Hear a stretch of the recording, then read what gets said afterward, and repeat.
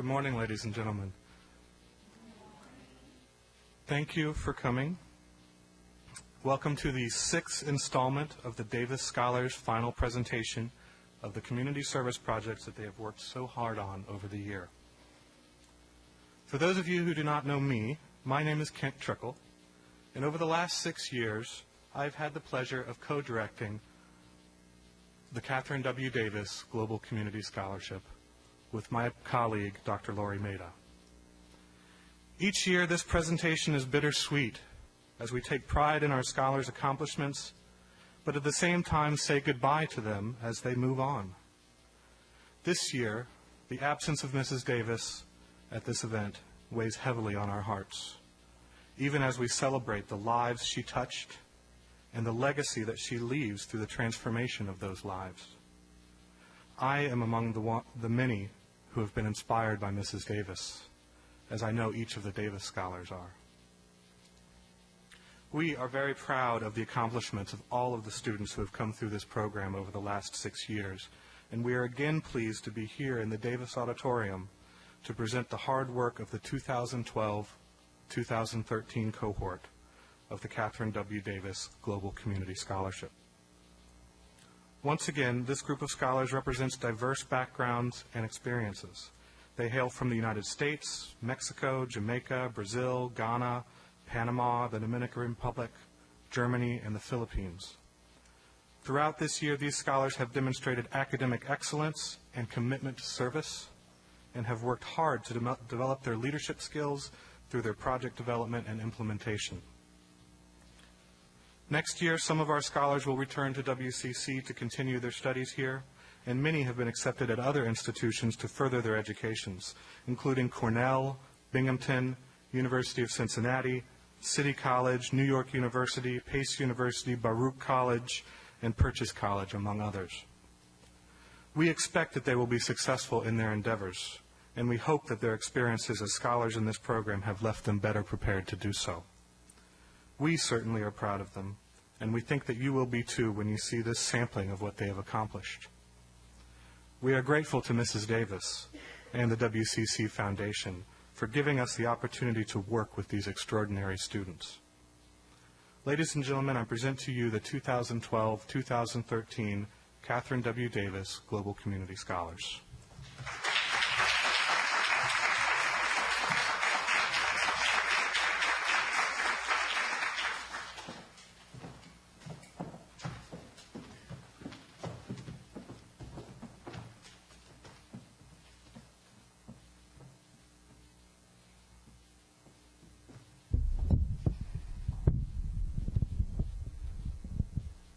Good morning, and thank you for, I didn't know he was going to respond. And thank you for joining us. My name is Inshura Johnson. This is Grace Jefferson and Anthony Stafford. We are all members of Healthy Steps.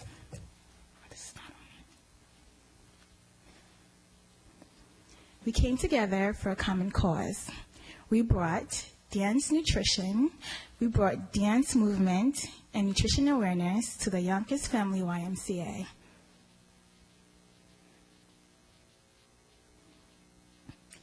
The Yonkers Family YMCA focuses on programs that highlight youth development, healthy living, and social responsibility.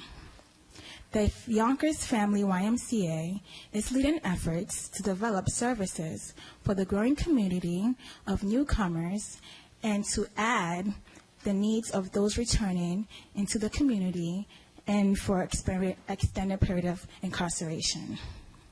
I was a former student of the Youth Employment Program, which enables the youth from ages 15 to 21 with a free admissions to get certified as a lifeguard, a fitness trainer, and even a media producer.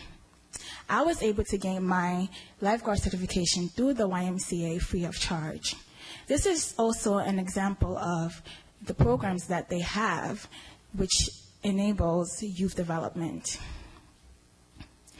We are very thankful for Ms. Shauna Howard, who is Chief Executive Officer of the YMCA, for giving us this opportunity to show and to demonstrate our community service project to the YMCA.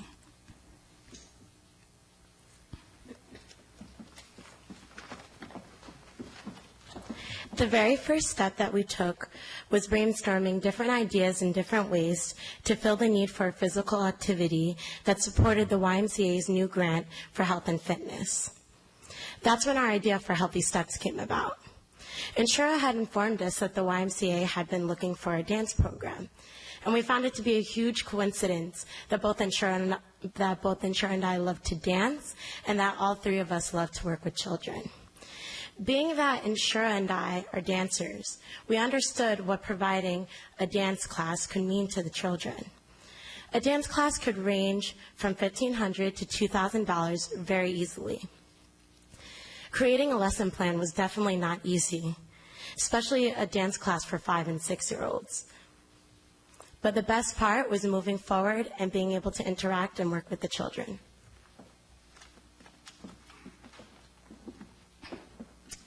The first 5 to 10 minutes, we demonstrated simple dance movement, which warmed up each student and got them ready for dance. Then we moved on to improvisation and group activities. This got them very comfortable to get ready to dance. We explored dance activities such as the name game. This, we put a little twist to it. We will say our name and do a dance movement with it. For example, I would say, my name is Inshura, and the kids will say, my name is Inshura. And another one was the mirror game. We broke each student into groups of 2, and they followed their partner, who led by doing exactly what their partner was doing. For example,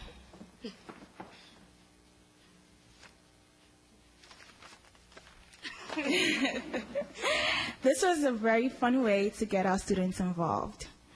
These activities gave us insight on each student's personality. We then taught choreography and stepping for the next 30 minutes. In between this time, we took water breaks. This was very important for our students to know how valuable water was for their bodies. Then, the last 20 minutes, we made sure we went through safe stretches as well as fun nutrition tips. This encouraged our students to be more aware of what they ate and drank.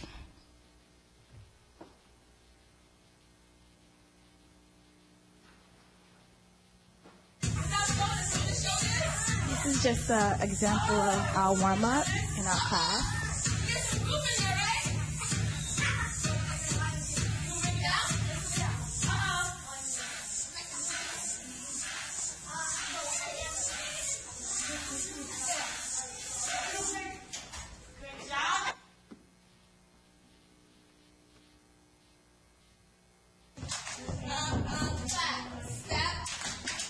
And this is choreography, stepping.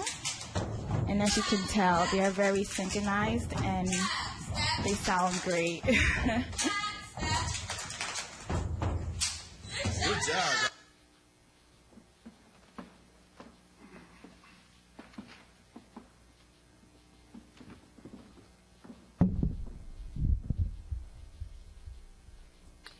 During our program with the children, we engaged them not only with dance and step instruction, but with weekly nutritional lessons the students came to call Fruit Fridays. The Fruit Fridays became a favorite amongst our group of students. We developed lesson plans centered around a fruit of the day, the nutritional value of that fruit, and how eating fruits can affect one's health positively. I would bring in a different fruit each week for each of the students, and we would have our lessons and then, of course, eat the fruits afterwards. The material was designed to be cumulative so that the students would have an easier time internalizing the information. They would be able to remember what specific vitamins and minerals were involved in specific body functions, and I was impressed. Each week they would learn more and more information, and each week I was more and more impressed.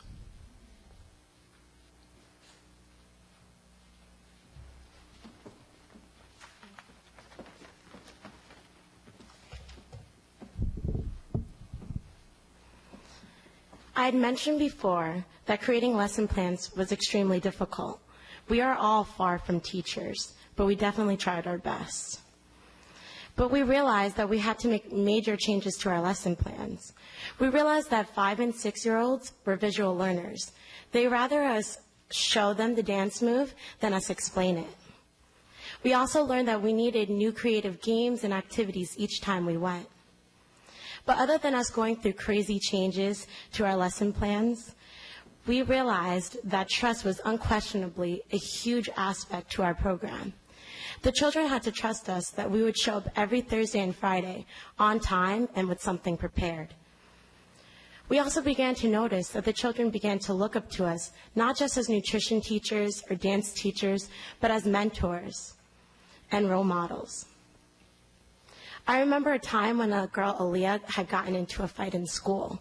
She had hit another girl defending her friend. She got suspended from school. And when she showed up to the YMCA, she looked very upset and to herself. And we asked her what was wrong, and she told us what she had done.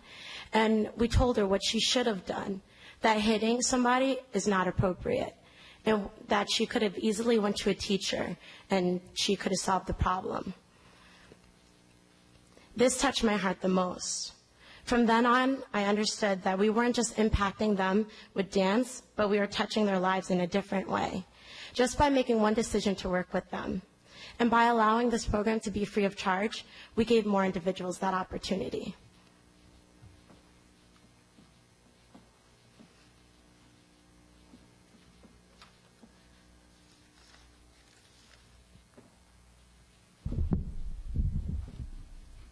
At the start of our program, we conducted a survey to assess our group's eating habits and physical activeness so that we could gauge where our group of students was at the time when the program began. We also followed up the survey in order to track any positive impact that the program may have had on the students. Initially, the students were generally more active about 60% of the time, which isn't bad. But after being in our program for a few months, the results have changed in our favor. The students are now more active 66% of the time, with 66% of them saying that they are sometimes active, and the other 33% saying that they are often active, and none of them saying that they are never active. That is a positive improvement. This slide displays the results from our eating habits assessment. Initially, our students enjoyed fruits slightly more than candy and baked goods, but at about 33% of the pie graph, the choices are about even. But after a few months in our program, the students now claim to enjoy fruits over candy and baked goods at a whopping 80%. We view these findings to be indicative of the positive impact that the Healthy Steps program has had on this group of students. They have definitely received the message about eating healthy and knowing what is good for them.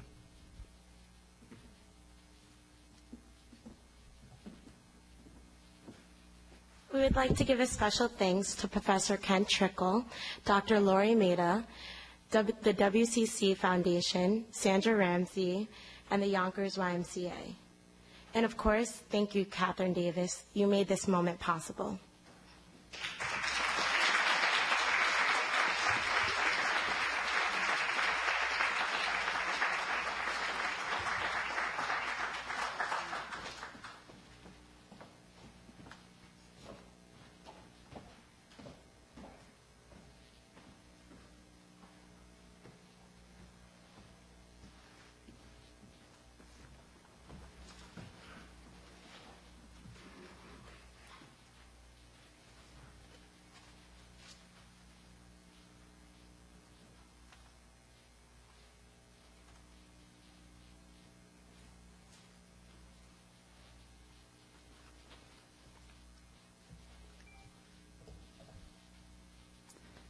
Good morning, and welcome to Westchester Community College. My name is Stephen Aranda, and these are my fellow scholars, Elisa Schaefer and Michael Trapasso. We are a select few from the Kathryn W. Davis Global Community Scholars Program, and we call ourselves Forever Young, Forever Green. This presentation is in memory of Mrs. Kathryn W. Davis.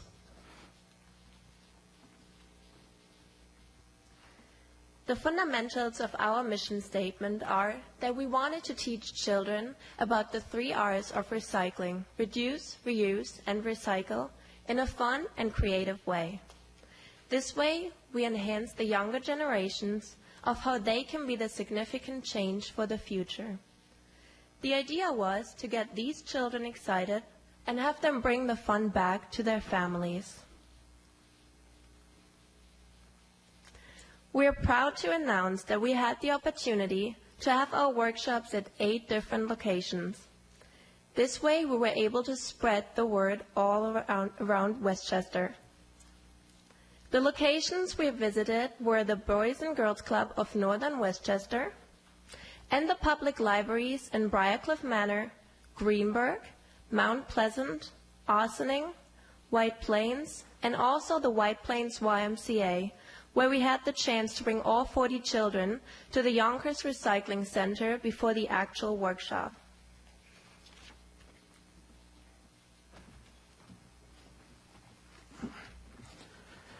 For this project, we decided to target a younger population, generally between the ages of 6 and 10 years old. We made this decision because we felt that reaching the children while they are still forming habits would make the most substantial impact on their lives and potentially lead to a lifelong process of recycling. We divided our presentation up into different styles of delivery in order to ensure that we're able to reach every child. With the combination of informational PowerPoints, art projects, and real-life examples that the children could relate to, we are confident that we can make a difference. While some venues gave us permission, we decided to blur the faces of the children for their safety.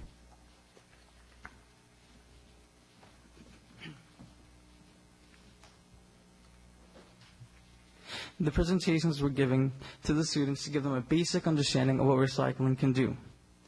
We prepared slides with intent to present to both younger and older audiences.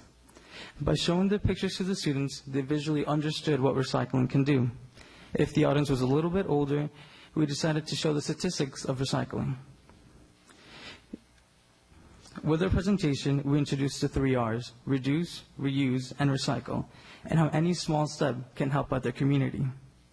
Many of the slides consisted of interactive participation from the students. For example, we asked, how many of you love to go to the beach? Which many of them raised their hands. Then we presented the following picture and got a huge ew come from the students. The slides also consisted of informing the students about many everyday things that they have at home. By giving them examples of things they use at home, they felt more captivated by making a difference.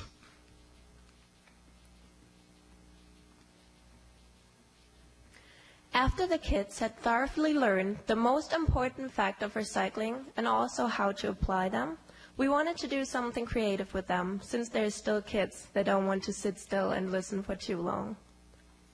An art project was a great idea to get these kids to think for themselves why recycling is important to them and also their families.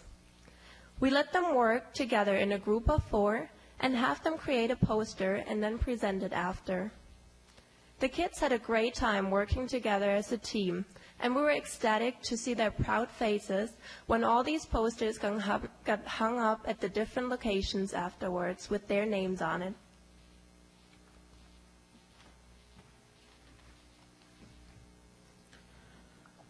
After presenting the children with information and having them show us artistically what recycling means to them, we decided to show how recycling is present in their everyday lives. We created a quiz that compiled everyday items children would see throughout the day, such as bottles, cups, light bulbs, and other both recyclable and non-recyclable items in a bag. We then would call a student up and have them pick out an item from the bag and decide if it was recyclable or not.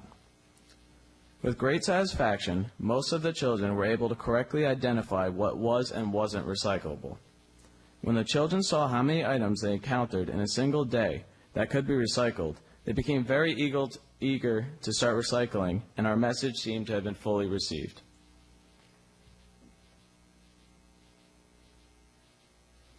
To end our presentation on a fun note, we decided to play a recycling-themed game on 4 corners with the students.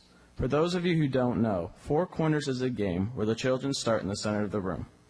They are then asked questions, with each corner representing a different answer, one being correct.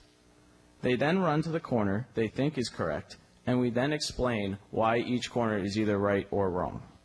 This was a great way to end the presentation on an exciting note and add to the fun of the project.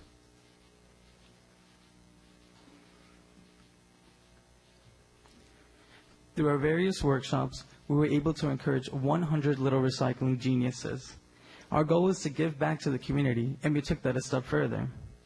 We were able to help the future and help environmentally conscious children making a difference. One of our students said, "If we all work together, we can make the world a better place." With that, the students felt even more motivated to participate in our workshop. All it took was a little bit of motivation and a small push. We are proud to announce that Making a Difference, a club here on campus, has decided to continue our workshops in the following year.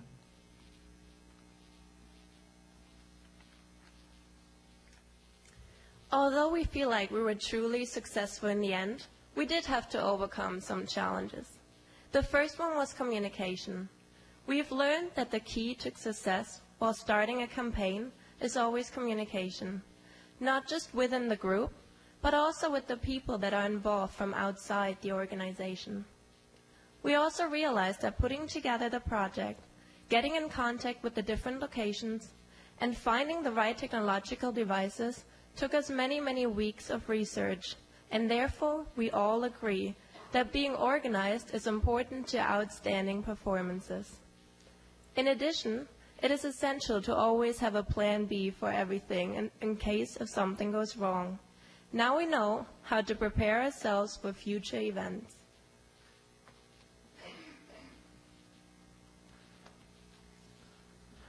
We would like to thank Mrs. Davis for investing in us and creating such a successful program that from the beginning has touched the lives of so many. We'd also like to thank Dr. Maida and Professor Trickle for their constant support and guidance throughout this project. Without them, these projects wouldn't be as successful as they are. And lastly, we would like to thank the Flower and Son Bakery, the Ossining Bakery, and the Westchester Community College Bookstore for their donations to our project and all the locations we were able to bring this project to. Thank you.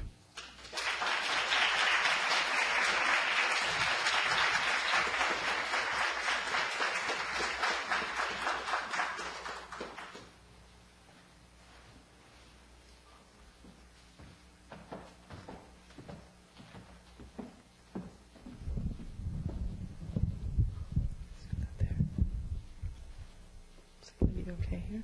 Yeah.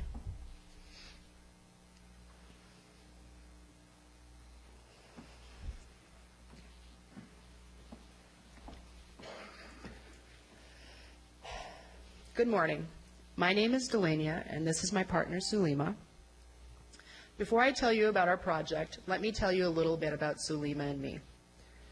About 8 years ago, I was involved in the creation of an all-women construction company. I not only learned construction from the ground up, but I also learned how to teach basic construction techniques to the general public.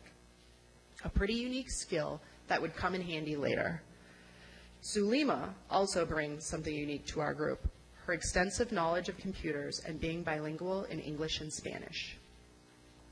So now we have two unique people who would join together after seeing a presentation during a Kathryn Davis Scholars meeting given by Gail Hudson, the volunteer coordinator for Neighbors Link.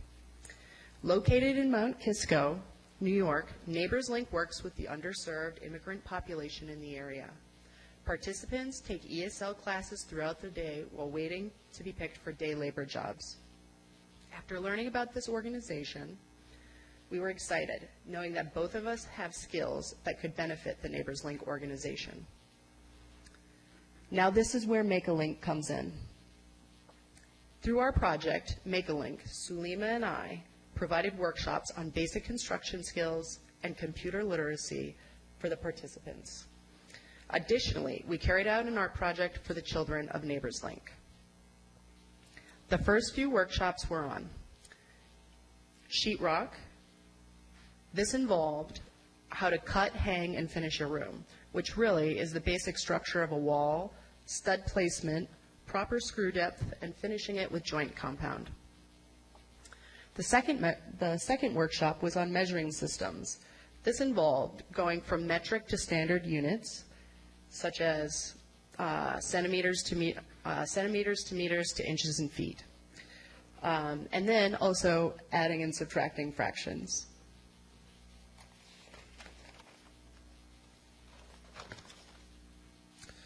The next workshop was on how to read a tape measure and then measure and cut lumber.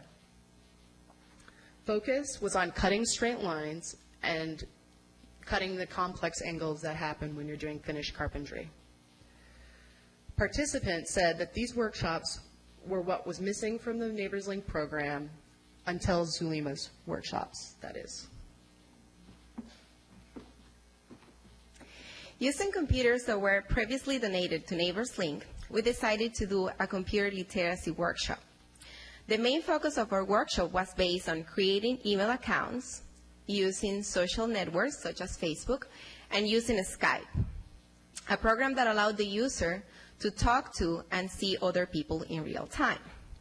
For the participants at Neighbors Link, was really exciting the idea of being able to see their families, since for many of them, long time has passed since the last time they saw their loved ones. We did a video call demonstration to show them how easy it will be to take advantage of new technologies to improve their personal lives. They had many questions, not only about computers, emails, and Skype, but in general, and we were able to advise and help them with computer-related topics. Part of our project was also to get involved generally with the families at Neighbors Link. Since for Neighbors Link, family is really important, we decided to do a Mother's Day Children Art project with the kids, and this took place during a family night. During family night, families gathered at Neighbors Link for a communal meal, for some workshops, and in the meantime, Delaney and I worked with the kids on a handprint art that the kids gave their mom on Mother's Day. And last but not least, and as our contribution to Neighbors Link, we created a tool library. The idea behind a tool library was to allow the participants of Neighbors Link to check out tools they may not own, thereby increasing the type of daily labor jobs they can accept. We created and distributed a flyer throughout the college news and notes electronic bulletin seeking for donations. In addition, Delaney and I felt the necessity of giving back some of what we have been given, so personally, we contributed with some tools as well. As a result, we were able to collect 2 hand toolkits and 150 individual tools. As in any project that is presented in life, challenges are always there to overcome, and our project was no exception. One of the main challenges that we had to face was the language. At Neighbors Link, the participant mostly speaks Spanish. Delaney, as the expert in construction, offered the workshops in English while I served as the translator. This did not limit the participation of the assistants. They asked questions and practiced their English while Delaney practiced her Spanish. The second challenge that we faced was the weather. Since for the participants at Neighbors Link are subject to daily labor, since the weather improved and spring arrived, the number of participants decreased due to the fact that instead of being at the center waiting for jobs, they are already working by 8 o'clock. Despite the fact, we managed to finish with a good participation. In summary, we offer 6 workshops, including 60 people between men and women. We worked with 40 kids. We created a tool library. And the most rewarding of all, we made new friends. Our achievement would not have been possible without the inspiration and great support of Mrs. Kathryn W. Davis. We would like to say thank you to Neighbors Link for allowing us to come in with our project and contribute a little grain of sand to the organization, especially to Gail Hudson, Connor McCarty, and Carola Bracco. We would like also to thank Westchester Community College faculty and staff members for your support, help, and contribution during the realization of our project. to Professor Elizabeth Gaffney in memory of her husband, Joe Dwyer, to Professor Carolyn Christensen for their tool donations. We would like also to thank Professor Lori Maida and Professor Chico for your support and encouragement during the year. We would like to thank Janice Adam and Westchester Community College Foundation. And to all of you, thank you very much.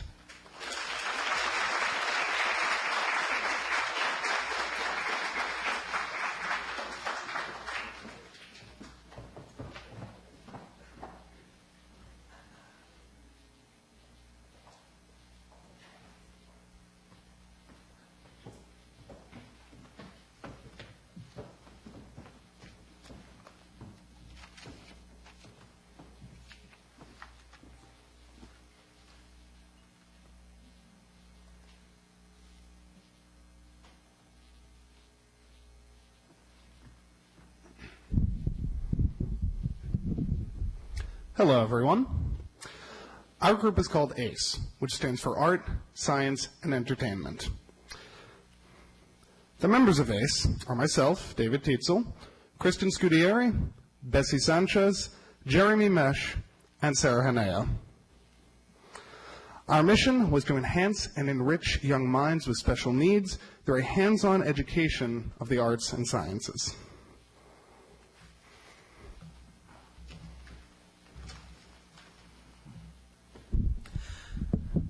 We started our project by contacting the Westchester Exceptional Children's School.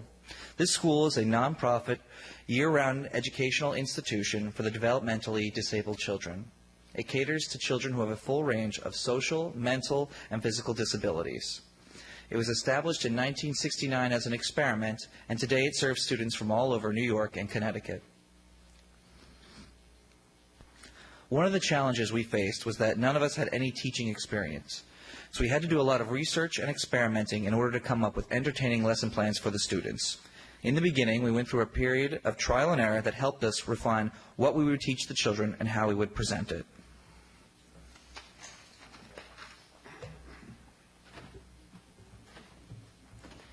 Due to legal reasons, we cannot show the children's faces in the photographs we took. We overcame this challenge by having the kids develop secret identities to serve as placeholders. During the first week, we developed a welcome activity by making personalized sock puppets with the kids. This helped us get to know the kids better and break the ice.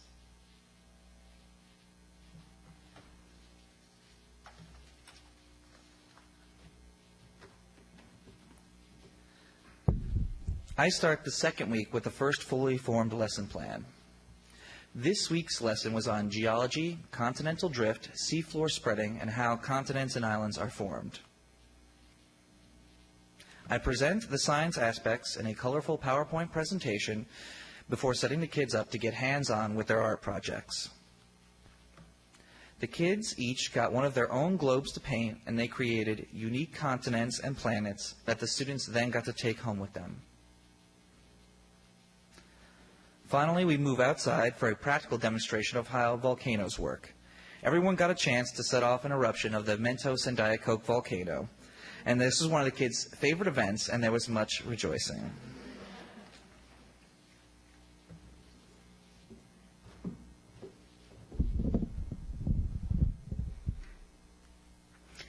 During the third week at the school, I created a PowerPoint presentation about the animal kingdom.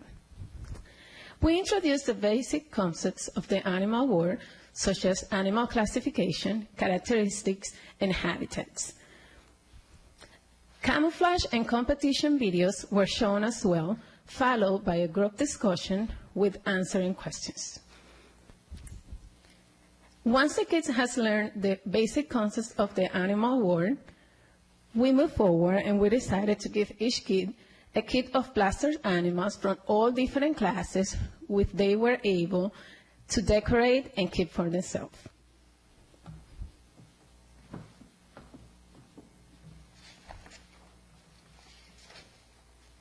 During the fourth week at the school, I chose a topic of gravity and air resistance.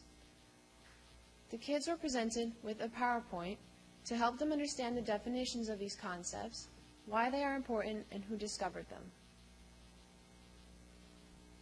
Following the brief lesson, the kids made their own hovercrafts, parachutes, and balloon-powered cars, which they had a lot of fun racing at the end.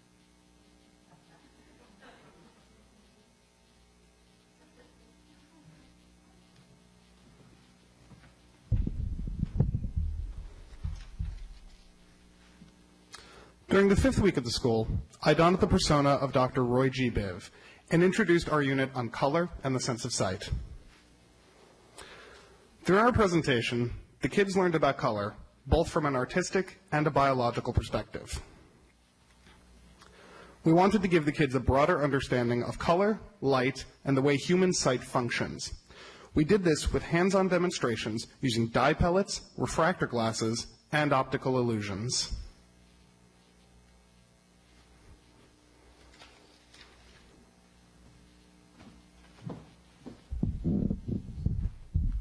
During our 6th week at the school, I chose to continue with our unit on the senses by exploring how we hear, smell, and feel.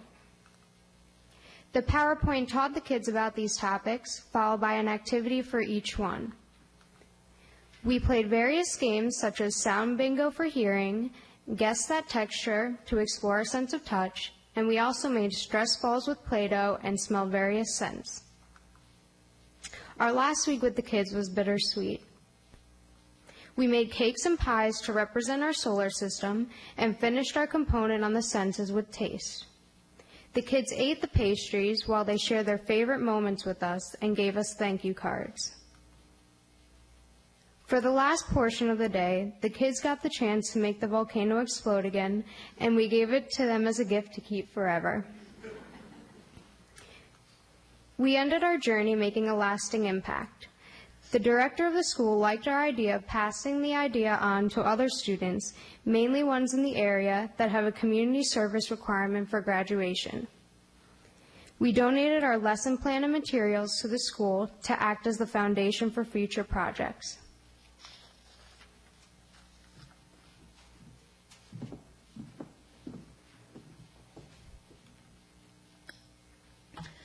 We would like to express our gratitude to Professor Meira and Professor Trico for your continued support and guidance through this process. We also would like to thank to Mr. Lindesin and Westchester Exceptional Children's School for opening their doors and for giving us the opportunity to develop our project at their institution. We also would like to thank the WCC Foundation for choosing us for this special scholarship and for believing in us and in our talents.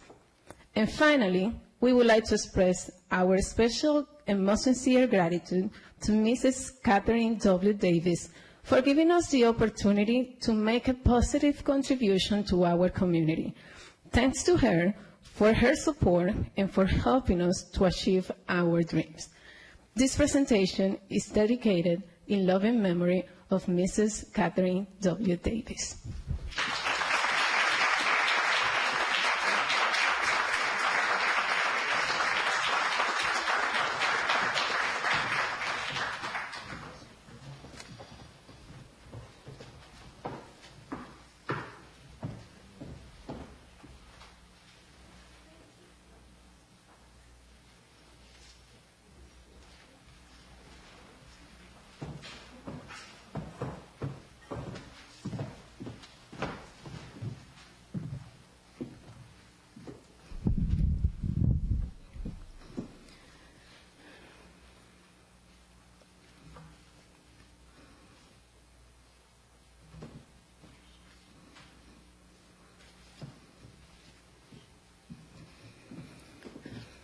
A pleasant good morning, ladies and gentlemen. Thank you all for coming out to support us today.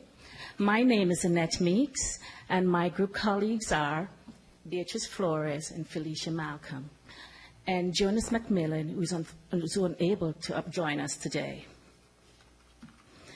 As a group, we decided to work with Abbott House, a non-profit organization.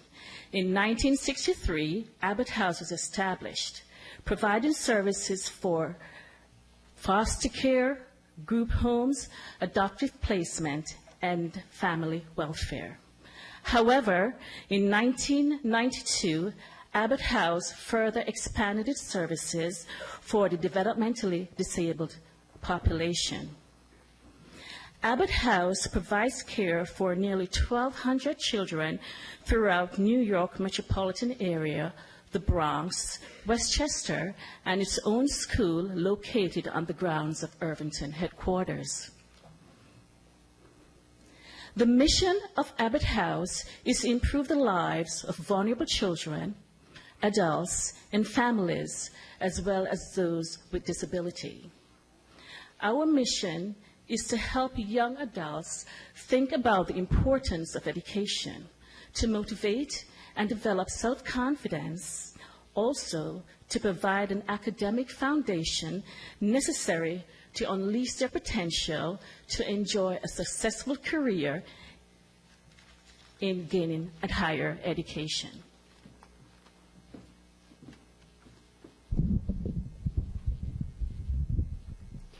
Before I begin, I would like to say that the identities of all the adolescents were black for protective reasons. We began our project in Abbott House in the Bronx, where we met Mr. Toon, the mentoring coordinator. He then helped us form a connection with Abbott House. In the beginning of our project, we began working with a small amount of girls, 2 of which attended Westchester Community College, and 1 that was interested in college. The young woman that was interested, we gave her our perspective on college, as well as the curricula Westchester Community College had to offer. After Abbott House in the Bronx, we felt we weren't helping many young adults. So we spoke to Mr. Toon, who then introduced us to Mr. Celsus and Ms. Leah in Irvington, where we began working with a group of more than 30 boys that were interested in going to college. After which we started collaborating with Mr. Celsius and Ms. Leah on workshops that could help the boys there.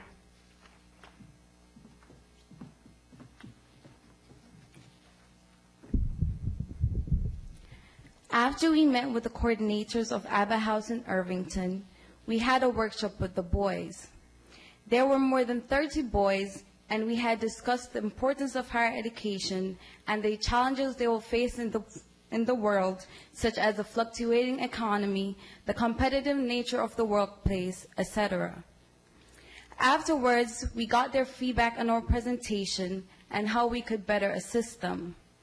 Being that the boys ranged from sophomores in high school to seniors, each had different interests. We then gave the boys a tour of Westchester Community College campus.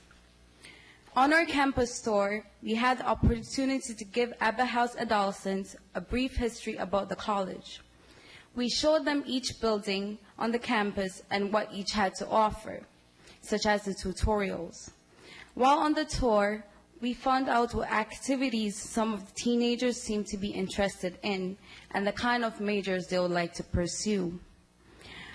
One of the future events that our group has planned in the following weeks at Abbott House is a presentation by Professor Whiteley. During this presentation, Professor Whiteley will focus on ways to fund for college. There will be future presentations on social speaking, professional dressing and etiquette, as well as planning and time management. Our group faced numerous challenges, such as communication, numerous canceled events, conflicting schedules, and changes in location. However, the main challenge our group faced was communicating with one another and conflicting schedules. Therefore, we decided to email each other instead of meeting in person. Despite our challenges, our project is a success. We would like to give special thanks to the Westchester Community Scholarship Office, the Westchester Community College Bookstore, Professor Ken Chickle, Dr. Laura Maida, Mr. Jack Toon, Mr. Alex Celsus, and the rest of the Abbott House that made this possible, Professor Don Wiley, and our fellow Kathryn Davis Global Scholars. Finally, yet importantly, thank you to Ms. Kathryn Davis for her generosity. In addition, we'd like to send our condolences to the Davis family. Thank you.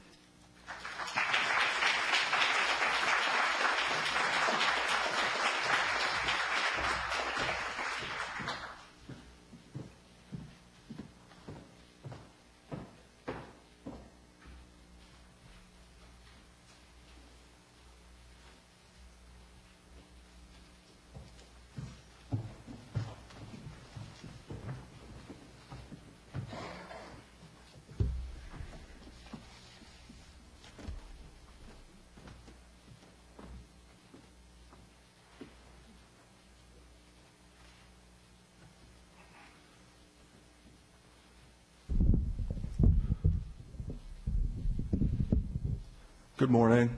We are the Westchester Independent Seniors Enrichment Group, otherwise known as WAS. My name is Stefan Peters. This is Enrico Villa, and this is Vitor Granja. Westchester Meadows was opened in 2002, and it is an independent living community serving 90 residents. Out of the 90 residents, 56 are over the age of 90. We developed our mission by getting in contact with the people at Westchester Meadows and learning about the community's needs and that they could use assistance with the coordination of events. Because Westchester Meadows and Westchester Community College are so close to each other, we developed the idea of using WCC's extracurricular programs as a resource in helping bridge the communities together.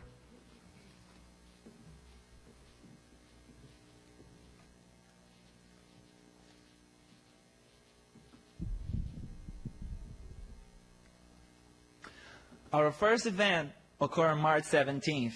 It featured Lin Lee, a former Kathryn W. Davis Global Community Scholar, who performed a classical Chinese dance while the residents enjoy a Chinese dinner. The dance, called Art of Shaolin, includes elements of Kung Fu, Peking opera, and integrates the use of martial arts, spears, and swords. The residents were so delighted by Lin Lee's performance that they want her to return. Here are some clips of Lin Lee's performance.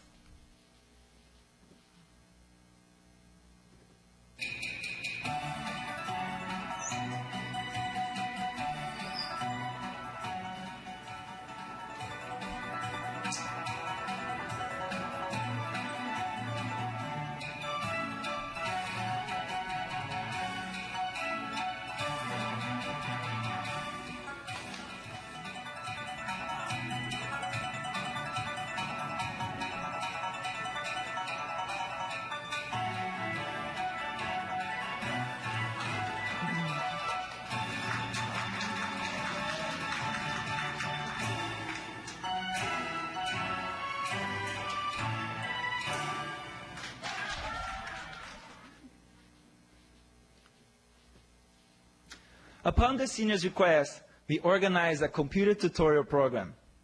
Enrico Villa and Michael O'Brien, both members of the Cybersecurity Club, held 4 weekly sessions helping members of Westchester Meadows to learn how to use modern technology and softwares, such as Microsoft Word, email, Skype, cell phones, and tablets. The residents in the community were very grateful for the technological assistance that we have provided them.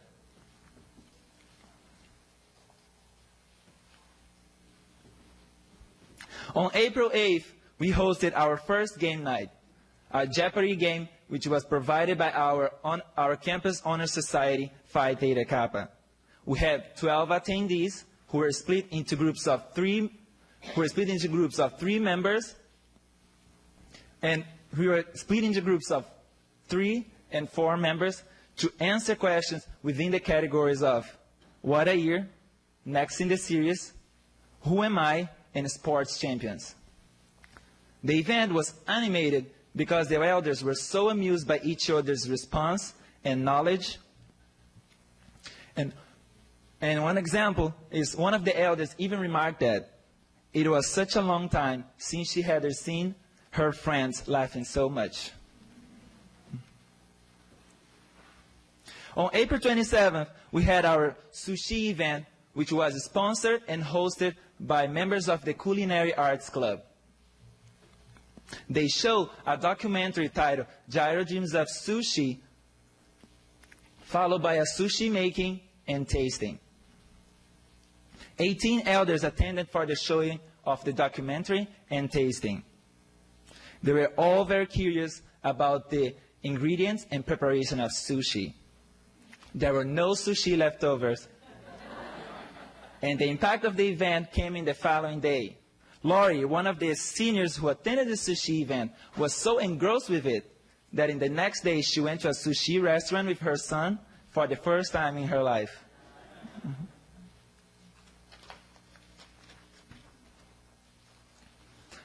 On May 2nd, we had our second game night. With the support of 4 members of Phi Theta Kappa, we brought 4 board games, and the elders decided to play 2 of them, Taboo and the Battle of the Sexes. The people participating in it enjoyed it so much that they played 45 minutes past 8:30, the time that they're supposed to go to their bedroom and get ready to sleep.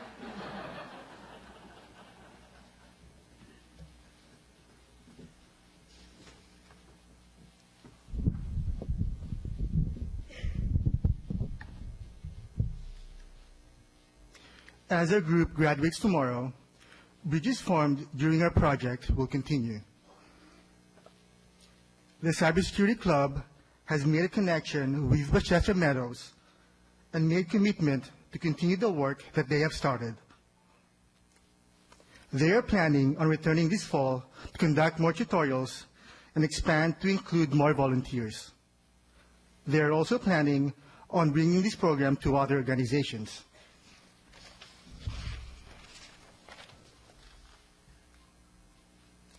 As we mentioned earlier, Lynn Lee will be returning on May 30th to do 1 hour-long performance.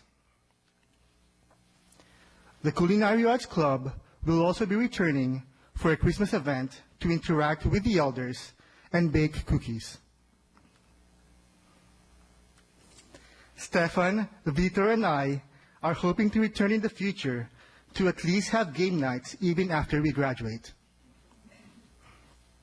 Hopefully, other campus groups will be inspired by the service projects being done, and in the future will want to connect with Westchester Meadows as well. Over the course of our project, we learned several lessons. We learned that constant and effective communication is vital in every aspect of our project. In the beginning, we had a lot of communication problems. It was difficult for us to coordinate days and time to plan our project because we all had different schedules. To solve this problem, we decided to hold our meetings online through the use of Google Hangout. This tool allowed us to communicate to each other in real time without the problem of setting up an exact place where we could meet. This made scheduling meetings easier for all of us. We learned that we have to modify things for different audiences, and we learned how much work that requires. When we held our first Jeopardy event, we went in with a set of stringent rules, but we adapted to keep everyone participating and engaged. Not only did we have to be flexible with planning newer questions for the demographic we work with, but we had to come up with ways to make the game fun as we moved through our first attempt. We met people at Westchester Meadows who lived very interesting lives. We met a lady who told us stories of her fight against racial inequality and marched with Dr. Martin Luther King Jr. We also met a high school teacher who helped write the New York State History Regents exam. Levy, a resident in Westchester Meadows, thanked us for bringing people from the WCC community over. She told us that the residents of their community mostly interacted with each other, and that they were always excited to have a chance to build relationships with younger people because such an interaction made them feel younger. We started this program with the intention of enriching the lives of the seniors living in Westchester Meadows. But in the end, we feel that they have enriched our lives too and made all of us wiser.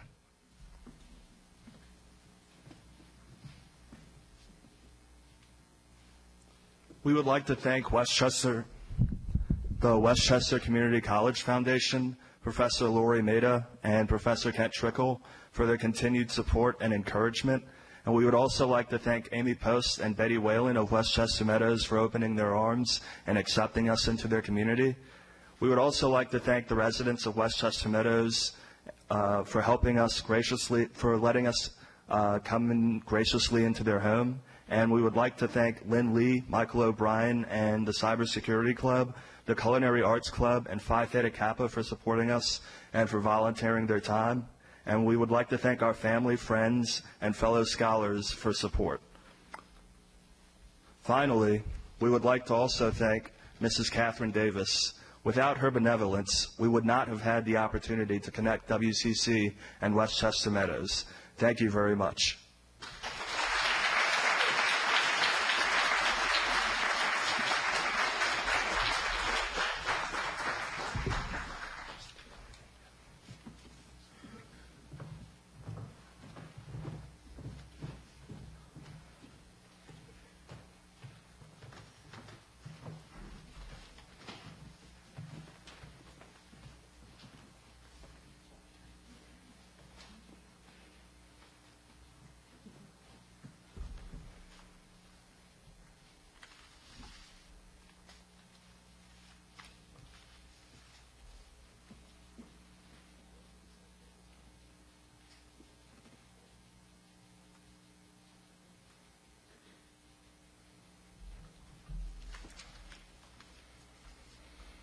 Hello, everyone. My name is Grant Grandison. My collaborators on this service project are Lee Burnett and Al Brown. Our project, Bridging the Gap, is an effort to bring the resources of the Westchester Community College to the Grasslands Homeless Shelter for the betterment of the residents of that shelter. According to the NYC Department of Homelessness, over 7,000 people in New York are categorized as homeless, and homelessness can either be short-term or long-term. Our mission as a group was to assist the Grasslands Homeless Shelter in improving the lives of its residents by offering weekly classes in resume writing, demonstrating interview preparation techniques, and providing peer mentoring and recreational activities for the residents. The Grasslands Homeless Shelter is run by Volunteers of America. It's located in Valhalla, New York, and it houses a diverse population of males and females, married or single, including parolees, victims of domestic abuse, veterans, and adults with mental health issues. The residents are involved with general day programs provided by the shelter, such as drug treatment, anger management, parenting skills, counseling, but they still need assistance in accessing the resources of the college, such as the GED preparation, computer literacy training, and lessons in professionalism and communication.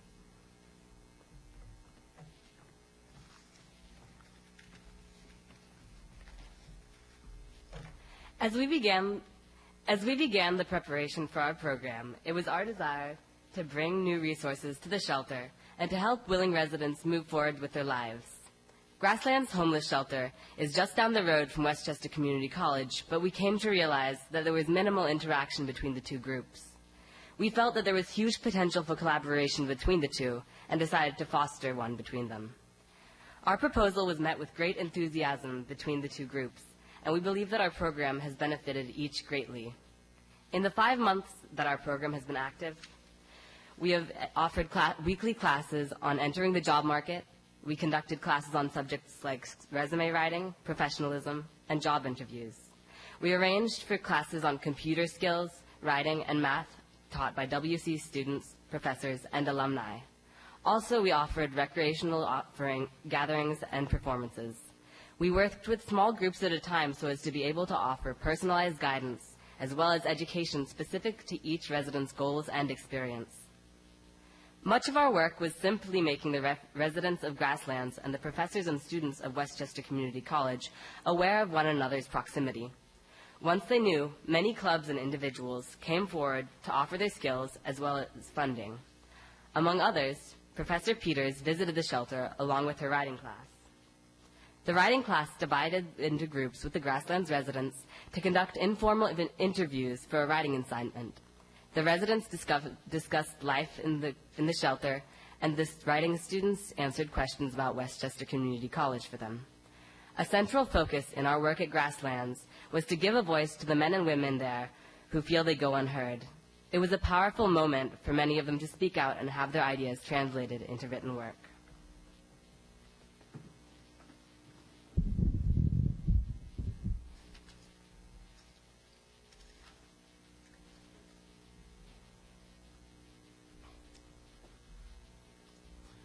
As with all great programs, and also as with all group projects, we did experience some rough beginnings in our work. Though our group encountered obstacles, we were able to rebound through rethinking and replanning. A few of the challenges we faced were miscommunications amongst the staff at the facility, specific reasons why our group was in the facility in the first place. One particular problem we also encountered was a supervisor had denied to let our group into the facility because they didn't know the exact times that the group was supposed to take place. These was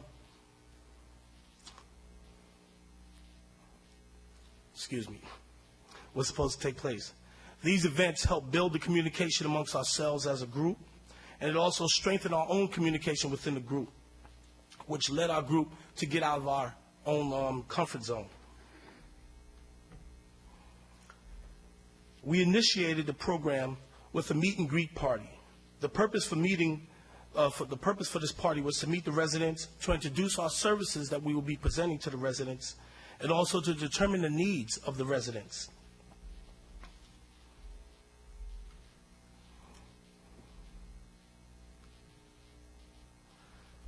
After some 14 weeks of our group taking place there during the program, we had a closing party, which was actually bigger than the first party.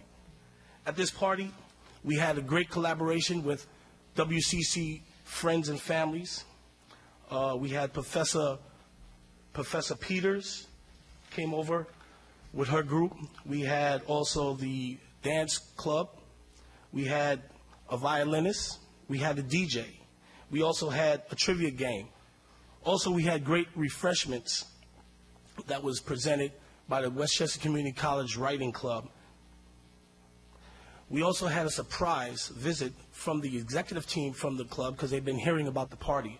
The executive team from the organization, which is extending the program once we finish our program to open up the doors for more of these organizations to come over in groups.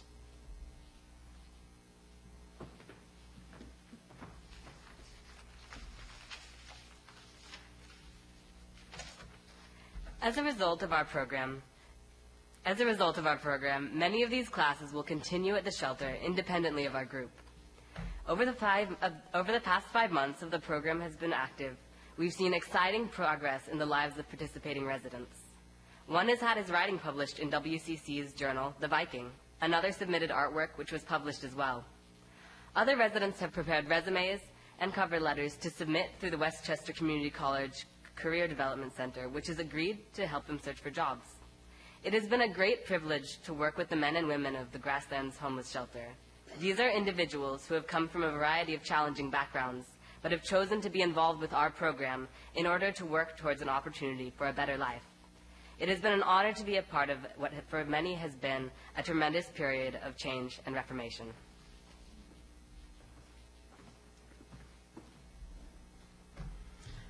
At this point, we'd like to say a special thank you to Mrs. Kathryn Davis, without whom none of this project would be possible. We'd also like to thank Professor Lori Mader and Professor Trickle, who are instrumental in the presentation of this project. Also, Sandra Ramsey and from the Scholarship Foundation, the Grasslands Homeless Shelter for accepting us and allowing us to contribute, as well as the residents who participated. Jerry Rivera, who helped us with a lot of the technical stuff, setting up emails, faxing some of the cover letters for the guys. Professor Tim from the Writing Club, and Professor Peters, who came a bunch of times, also came to our closing party, as well as the art, dance, and music clubs. And thank all of you for listening.